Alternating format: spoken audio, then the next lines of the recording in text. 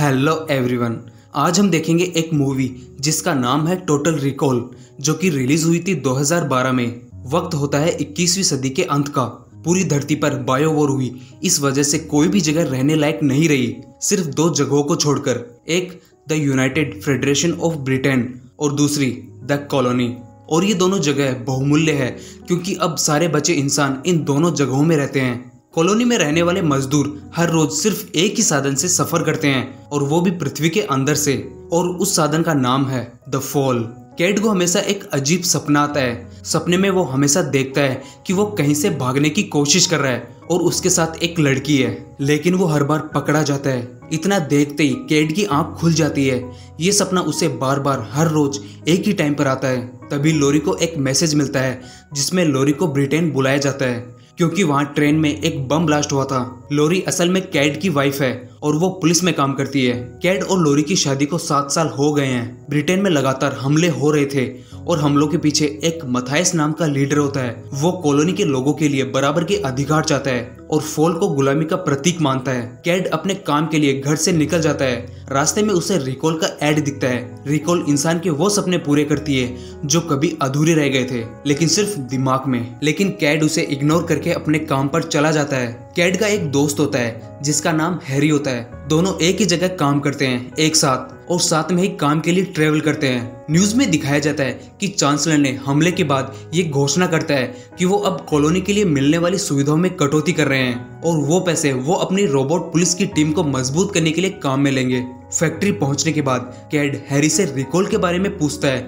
तो हैरी उसे साफ साफ मना करता है कि वहां मत जाना। वो दिमाग के साथ छेड़छाड़ करते हैं तो उनसे दूर ही रहना। लेकिन उनकी बातें एक लड़का सुन रहा था तो वो लड़का बाद में कैट को बताता है कि वो वहां रिकॉल में 3 बार जा चुका है और उसे अभी तक कुछ भी नहीं हुआ। उसकी बात सुनकर कैट रिकॉल जाने का मन बना लेता है। काम से आने के बाद कैट और हैरी बार में जाते हैं। बार से निकलकर कैट रिकॉल में जाता है जहां वो मैक्स से मिलता है। मैक्स उसे दिमाग की ख्याली दुनिया में भेजने वाला होता है कि वहां पुलिस आ जाती है, लेकिन कैट के अचानक हाव भाव बदल जाते हैं और वो सारे पुलिस वालों को मार देता है। लेकिन फिर उसे होश आता है और वो घबरा जाता है। उसे नहीं पता होता कि उसने इन सबको क्यों मारा और कैसे मारा। वो घबराकर अपने घर आता है और लोरी को सारी बात बताता है। पहले तो लोरी उसकी बात पर यकीन नहीं करती, लेकिन फिर वो कैट को टीवी पर देखती है। टीवी पर कैट को देखकर अचानक लोरी कैट को जान से मारने की कोशिश करती है। कैट को पहले तो कुछ समझ में नहीं आता। तभी लोरी उससे बताती है कि वो उसकी बीवी नहीं है। 6 हफ्ते पहले तक तो वो उसे जानती भी नहीं थी। उसे बस उसकी बीवी बनकर साथ में रहने का काम सौंपा गया था। लोरी कैट को बताती है कि तुम्हारी याददाश्त बदली गई है। कैट उसे पूछता है कि तो फिर वो है कौन। लोरी उसे बोलती है कि उसे नहीं पता तुम कौन हो, वो सिर्फ अपना काम कर रही है। कैट वहां से भाग जाता है। लोरी उसका पीछा करती है और सारी पुलिस को उसके पीछे कर देती है। कैट लोरी से भाग रहा होता है कि अचानक उसका एक कॉल आता है और फोन उसके हाथ के अंदर होता है जो कि अब अपने आप एक्टिवेट हो चुका है। कैट कॉल को उठाता है। सामने कोई हेमन नाम का आदमी होता है। हेमन उसे अपना हाथ कांच पर रखने को बोलता है। कैट ऐसा ही करता है। हेमन कैट को बोलता है कि तुमको अब एक की को ढूंढनी है और हेमन उसे ये भी बोलता है कि जितना हो सके उतना जल्दी इस फोन से छुटकारा पा लो क्योंकि इससे तुम्हें पुलिस ट्रैक करती रहेगी। तभी उसके फोन पर एक मैसेज आता है जिस पर एक बैंक का नाम और लॉकर का नंबर होता है। कैट अपने हाथ के अंदर पड़े फोन को निकाल देता है और उसे एक लड़के को दे देता है। पुलिस उस फोन को ट्रैक करते करते उस लड़के तक पहुंच जाती है। लोरी के पास उसके लीडर का कॉल आता है। वो लोरी को बोलता है कि उसे कैट जिंदा चाहिए। लोरी अपने लीडर से पूछती है कि आखिरकार वो है कौन। लीडर उसे कुछ बोलता है। ये सुनकर लोरी थोड़ा डर जाती है और उससे गुस्सा आता है और वो अपने लीडर को बोलती है कि ये आदमी अभी तक जिंदा क्यों है। कैट उस बैंक में जाता है जो उस मैसेज में लिखी थी और वो लॉकर खोलता है। लॉकर में एक बॉक्स होता है। उस बॉक्स में उसे कुछ पासवर्ड, पैसे और एक छोटा सा बटन मिलता है। उस बॉक्स में एक वीडियो प्ले होता है जिसमें वो खुद होता है। वीडियो में वो बोलता है कि अगर तुम ये वीडियो देख रहे हो तो मैं यहाँ से भागने में कामयाब नहीं हुआ, और वो ये भी बोलता है कि तुम जो भी तुम्हारे बारे में जानते हो वो सब झूठ है। वो वीडियो में एक की बात करता है और उसे अपने घर में जाने के लिए बोलता है और बोलता है तुमको सारे जवाब वहीं जाकर मिलेंगे। कैट भैंस बदलकर ब्रिटेन में घुसने की कोशिश करता है, लेकिन उसके फेस चेंज करने वाले डिवाइस में कुछ गड़बड़ी हो जाती है तो वहां उसके पीछे पुलिस पड़ जाती है। वो वहां से भाग रहा होता है, लेकिन तभी वहां एक गाड़ी आकर रुकती है। उस गाड़ी में वही लड़की होती है जो उसे सपनों में दिखा करती थी। कैट को कुछ समझ में नहीं आता, लेकिन वो गाड़ी में बैठ जाता है। दोनों पुलिस से भागने लग जाते हैं और दोनों भागने में कामयाब हो जाते हैं, लेकिन वो लड़की बेहोश हो जाती है। जैसा कि उस वीडियो में बताया गया था, कैड अपने असली घर जाता है। घर पहुंचते ही वो घर की तलाशी लेने लग जाता है, लेकिन उसे कुछ खास नहीं मिलता। तो कैड वहां पड़े एक पियानो को बजाने लगता है। थोड़ी देर बजाने के बाद उसे रियलाइज होता है कि पियानो की एक बटन काम नहीं कर रही। तो वो उस बटन को निकालता है। तभी उसे याद आता है कि उस बैंक वाले बॉक्स में एक बटन थी। वो बटन असल में की होती है। तो वो उस की को उस खराब बटन वाली जगह लगाता है। जैसे ही कैड वो की लगाता है, एक मैसेज ओपन होता है। उस मैसेज में वो खुद असली वाला होता है। वो बोलता है कि तुम्हारा नाम कार्ल होजर है। वो रिकॉर्डिंग उसे बोलती है कि वो सिर्फ कुछ सीमित सवालों के ही जवाब दे सकती है।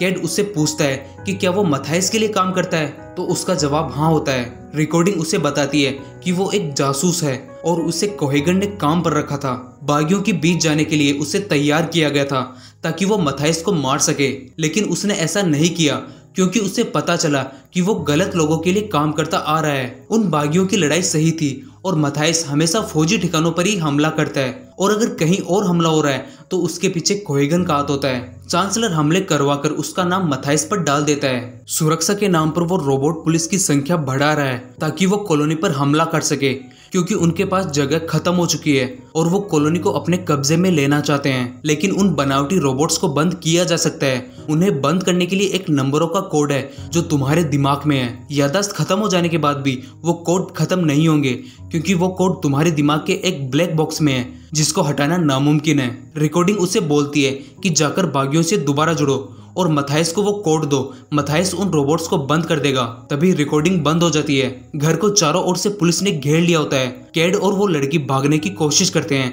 तभी वहाँ हैरी आ जाता है। हैरी उसे कंफ्यूज करने की कोशिश करता है। हैरी उसे बोलता है कि वो अभी भी रिकॉल में है और ये जो कुछ भी हो रहा है ये बस तुम्हारी इमेजिनेशन है। हैरी कैड को बोलता है कि तुम्हें यहाँ से चलना होगा वरना तुम कोमा में पहुंच जाओगे, लेकिन वो लड़की उससे बार बार बोलती है कि ये झूठ बोल रहा है। कैड पूरी तरह कंफ्यूज हो जाता है। हैरी उसे यकीन दिलाने की कोशिश करता है कि वो अपनी इमेजिनेशन में अटका हुआ है। हैरी कैड को बोलता है कि इस इमेजिनेशन से निकलने के लिए तुमको इस लड़की को मारना होगा। इसे मारते ही तुम इस इमेजिनेशन से बाहर निकल जाओगे। कैड पूरी तरह कंफ्यूज हो जाता है, लेकिन कैड उस लड़की को मारने के बजाय हैरी को शूट कर देता है। वो वहां से भागने की कोशिश करते हैं, लेकिन पुलिस और लॉरी फिर उन दोनों के पीछे पड़ जाती है, लेकिन दोनों फिर से बच निकलते हैं। वो लड़की कैड को मथाइस के पास ले जाने वाली होती है। तभी कैड को पता चलता है कि वो मथाइस की बेटी है। मथाइस अब उस जगह रहता है जो बायोवॉर के बाद रहने लायक नहीं बची। मथाइस कैड से अकेले में मिलने के लिए बुलाता है। मथाइस कैड के दिमाग से वो कोड निकालने की कोशिश करता है, लेकिन कोहेगन उसके सिस्टम को हैक कर लेता है और फिर वो मथाइस के ठिकाने पर हमला कर देता है। उस हमले में मथाइस मारा जाता है। कैड और मथाइस की बेटी को पुलिस पकड़ लेती है। कोहेगन मथाइस की बेटी के सामने ऐसा नाटक करता है जैसे कैड उनसे मिला हुआ है। कोहेगन मथाइस की सारी योजनाओं के बारे में पता कर लेता है और कॉलोनी पर कब्जा करना शुरू कर देता है। कोहेगन कैड को वहां छोड़कर चला जाता है कुछ पुलिस वालों के साथ, लेकिन उन पुलिस वालों में हेमन भी होता है। हेमन कैड की वहां से भागने में मदद करता है, लेकिन खुद मारा जाता है। रोबोट पुलिस अब कॉलोनी के लिए निकलने वाली है। कैड भी अब वहां से निकल जाता है। कैड फॉल में जाता है जहां रोबोट पुलिस को ले जाया जा रहा है। वो पहले तो मथाइस की बेटी को बचाता है, फिर पूरी फॉल में बम लगा देता है। कोहेगन और कैड में फाइट होती है, लेकिन कोहेगन मारा जाता है। अंत में बम की वजह से कोहेगन की आर्मी के साथ फॉल भी पूरी तरह से तबाह हो जाती है और लॉरी भी मारी जाती है। इसी के साथ फिल्म खत्म हो जाती है। तो आई होप ये वीडियो आपको पसंद आया होगा। पसंद आया है तो वीडियो को लाइक करें, चैनल पर नए हो तो चैनल को सब्सक्राइब करें और बेल आइकन को भी जरूर प्रेस करें। तो मिलते हैं अगले वीडियो में एक नई मूवी या वेब सीरीज के साथ। तब तक के लिए गुड बाय।